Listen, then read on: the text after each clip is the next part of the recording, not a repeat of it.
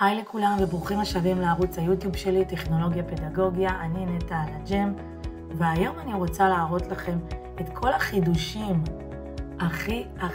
הכי אחרונים של פאדלט, של הכלי פאדלט שכולנו מכירים, הלוח השיתופי המוכר והאהוב, ויש בו עכשיו חידושים עדכניים ושימושיים. אז קדימה, בואו נתחיל. אז נכנסתי לאתר הפאדלט הרגיל שכולנו מכירים, דרך הג'ימייל שלי, ואני לוחצת על צור פאדלט. יש לכם קודם כל שאתם לוחצים על צור פאדלט, כל החידושים של מתחת לצור עם AI, יש לכם פה באמת המון חידושים. אז אנחנו נעבור על כמה.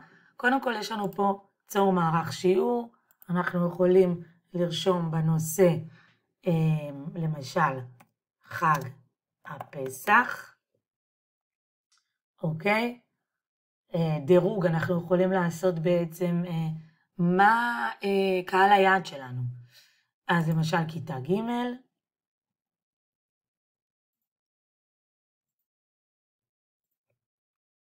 מערך שיעור על חג הפסח. חג הפסח,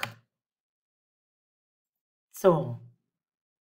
אוקיי? זה כרגע יוצא לנו מערך שיעור. שימו לב מה הפאדלט AI בעזרת בינה מלאכותית יצר לנו. יצר לנו פאדלט, מערך שיעור על חג הפסח. מטרות למידה, פעילויות למידה, הערכה, סיכום השיעור ושיעורי בית. יש לכם פה הכל מוכן. פלוס סרטון על חג הפסח מתוך האתר ג'וניור YNET. זה פשוט מדהים, פשוט הוא לקח את הנושא שכתבתי לו חג הפסח, וחילק לי את זה למטרות, לפעילויות, לדרכי הערכה, סיכום ושיעורי בית. אז יש לנו פה באמת מגוון רחב של פעילויות, שבתוך דקה, הפאדלט AI יצר לנו. עכשיו, עוד משהו שאני רוצה להראות לכם, במידה ואתם לוחצים על הפלוס, אוקיי? אתם רוצים להוסיף תגובה, יש לכם פה את השלוש נקודות. כשאנחנו הולכים על 3 נקודות, יש לנו פה את הדברים הרגילים, שזה על קובץ, קישור, אודיו, אבל יש לנו פה 3 דברים מאוד חדשניים. יש לנו פה אופציה ליצור סקר, משאל, אנחנו נעשה את זה. האם את או אתה אוהבת את חג הפסח? בחירה אחת, כן, לא, הוספה, ופרסם. ומה אנחנו קיבלנו פה? סקר בתוך הפאדלט, אוקיי? הצבע, אני לוחצת על התשובה, הצבע, ואני רואה בעצם כמה הצביעו לכל תשובה, לכל אופציה. עוד דבר שאני לוחצת פה על הפלוס, שוב, 3 נקודות. יש לי פה גם אופציה להעלות משהו מהגוגל דרייב שלי, אוקיי? אני לוחצת על להתחבר, מתחברת לגוגל דרייב,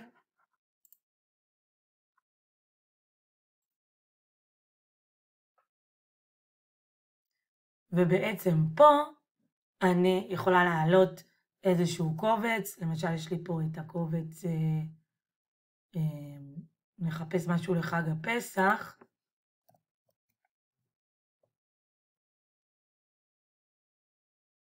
אוקיי, למשל לקחתי את זה, קריאה לחופשה לחג הפסח, אני לוחצת על סלקט, ופרסם, אוקיי?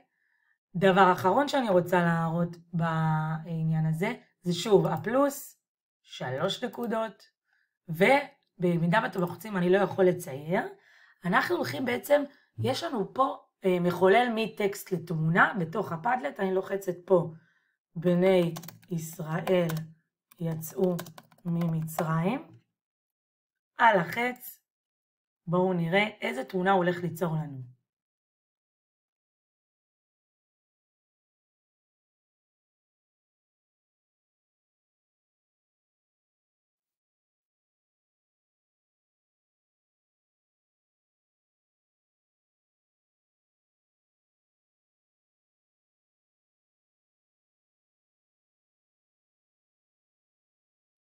אוקיי, תסתכלו איזה יופי, יצא לנו שתי תמונות.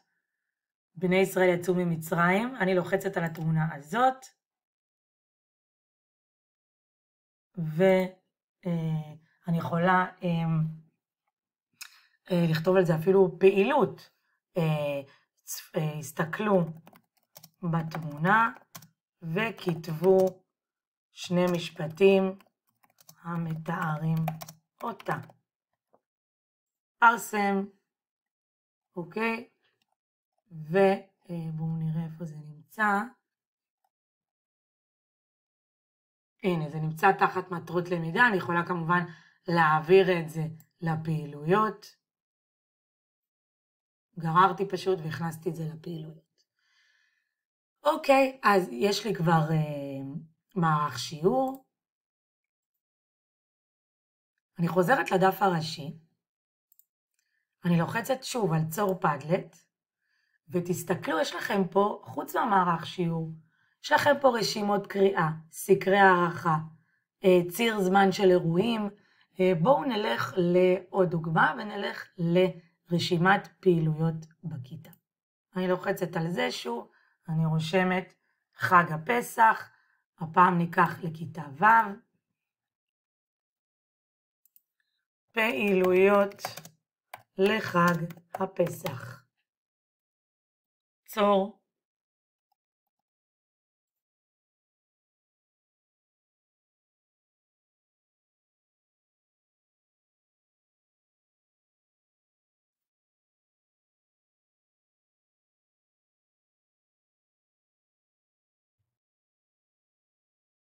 אוקיי, אז בעצם מה שקיבלנו זה התוצאה, תסתכלו, פדלט שלם עם פעילויות לכיתה ו' בנושא חג הפסח, יש פה מצגת, יש פה פרויקט אומנותי, יש פה אוצר מילים, יש פה משחק דיגיטלי, יש פה הכנת מצות, ויש פה אפילו ניסוי מדעי בנושא מכות מצרים.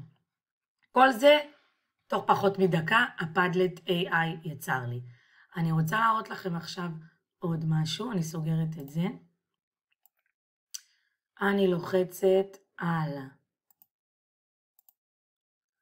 צור פדלט, רשימת קריאה, אוקיי? בעצם הפדלט ייצר לנו רשימת קריאה של סיפורים.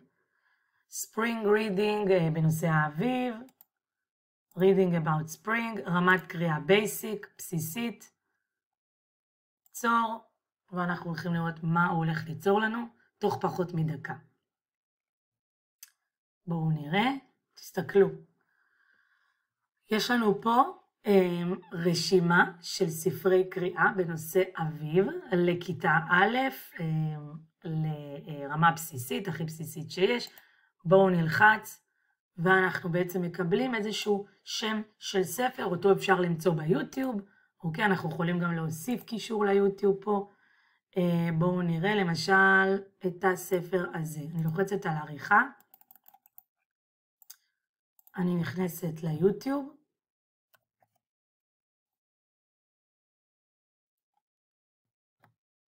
בואו נראה אם הוא ימצא לי את הספר הזה ביוטיוב. מצא לי. אני לוחצת על הקישור, ובעצם